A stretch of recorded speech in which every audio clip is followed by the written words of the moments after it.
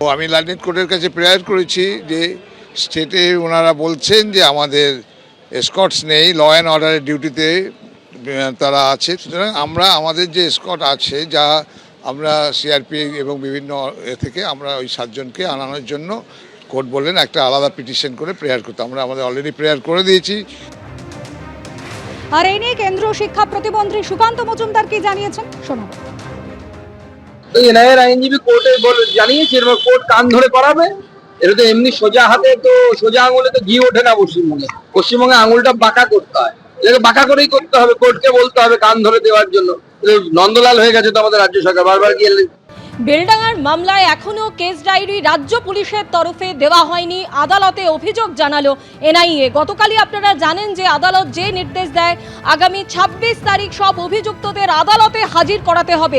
যদিও গতকাল আমরা দেখেছি আইন শৃঙ্খলার কারণ দেখিয়ে পুলিশের তরফে 31 জন আসামি তাদেরকে আদালতে নিয়ে আসা হয়নি এবং তারপরে এনআইএ আদালত এই নির্দেশ দেয়। আর অন্যদিকে এনআইএর আরও অভিযোগ বেলডাঙ্গা কাণ্ডে কেস ডায়েরি এখনো দেয়নি রাজ্য পুলিশ। সৌভিক মজুমদার আমাদের প্রতিনিধি আমাদের সঙ্গে রয়েছেন। সৌভিক, কি জানতে পারছো কেন এখনো কেস ডায়েরি দেয়নি রাজ্য পুলিশ? দেখো, আজকে কলকাতা হাইকোর্টের মাননীয় প্রধান বিচারপতির এজলাসে এনআইএর তরফ থেকে এই অভিযোগ করা হয় যে কলকাতা হাইকোর্ট এবং সুপ্রিম কোর্টের নির্দেশের পরেও তারা এ রাজ্যের পুলিশের কাছ থেকে বেলডাঙ্গার ঘটনায় এখনো পর্যন্ত কেস ডায়েরি হাতে পাননি এবং তাদের বক্তব্য হলো কেন কেস ডায়েরি পুলিশের তরফ থেকে দেওয়া হচ্ছে না সেই বিষয়ে সুস্পষ্ট কোনো ধারণা তাদের কাছে নেই। শুধুমাত্র তাদেরকে কেস ডায়েরি দেওয়া হচ্ছে না, মানে পুলিশের তরফ থেকে দেওয়ার কোনো ধরনের ইচ্ছা প্রকাশ করা হচ্ছে না বলেই তারা কেস ডায়েরি হাতে পাননি বলে তারা কলকাতা হাইকোর্টের কাছে অভিযোগ করছেন।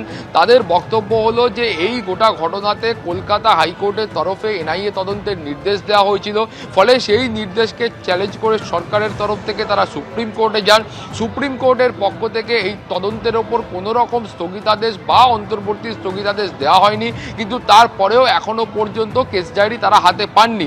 এনআইএর বক্তব্য হলো যে সুপ্রিম কোর্টের তরফ থেকে এই মামলা কলকাতা হাইকোর্টে ফেরত পাঠানো হয়েছে এবং ফেরত পাঠানো হয়েছে শুধুমাত্র এই কারণে যে এনআইএ কলকাতা হাইকোর্টের কাছে একটি রিপোর্ট পেশ করবেন এবং সেখানে এনআইএকে বলতে হবে যে এই মামলার ক্ষেত্রে যে ইউএপিএ ধারা যুক্ত করা হয়েছে সেটা যুক্ত করার কারণ কি। ফলে শুধুমাত্র এই কারণে এখনো পর্যন্ত কোনো রকম কিন্তু স্থগিতাদেশ বা অন্তর্বর্তী স্থগিতাদেশ সুপ্রিম কোর্ট বা কলকাতা হাইকোর্টের তরফ থেকে দেওয়া হয়নি, কিন্তু তারপরেও তারা কেস ডায়েরি এখনো হাতে পাননি। ফলে সেই কেস ডায়েরি অবিলম্বে হাতে দেওয়ার বা হস্তান্তর করার নির্দেশ যেন কলকাতা হাইকোর্ট দেন সেই আবেদন তারা করেছেন। ফলে আগামী মঙ্গলবার যখন শুনানি হবে সেই সময় কিন্তু উভয় পক্ষের যে সওয়াল জবাব রয়েছে সেটা এগোবে।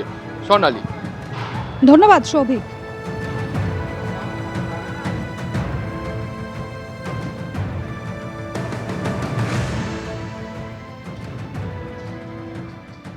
বেলডাঙ্গা কাণ্ডে এভাবে কিন্তু কেস ডায়েরির পর আসামিদের যে কোর্টে পেশ করা হলো তা নিয়েও কিন্তু সংঘাত একেবারে চরমে উঠেছে।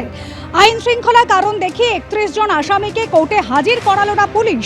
বৃহস্পতিবার ধৃত 36 জনের মধ্যে 31 জনকে আদালতে হাজিরার কথা ছিল, তাদের ভার্চুয়াল মাধ্যমে হাজির করানো হয়। আর এনআইএ সূত্রে খবর আইন শৃঙ্খলার কারণে তাদেরকে সশরীরে হাজির করানো যাচ্ছে না বলে পুলিশের পক্ষ থেকে জানানো হয়। আর অন্যদিকে এনআইএর দাবি আদালতের নির্দেশের পর ইমেল করে পুলিশের কাছে কেস ডায়েরি চাওয়া হয়েছিল, কিন্তু তা সত্ত্বেও তা মেলেনি।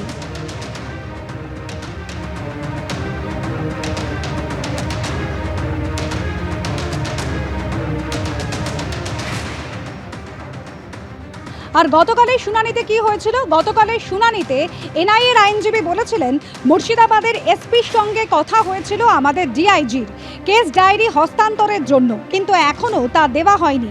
আমরা 7 জনকে 7 দিনের হেফাজত চাইছি।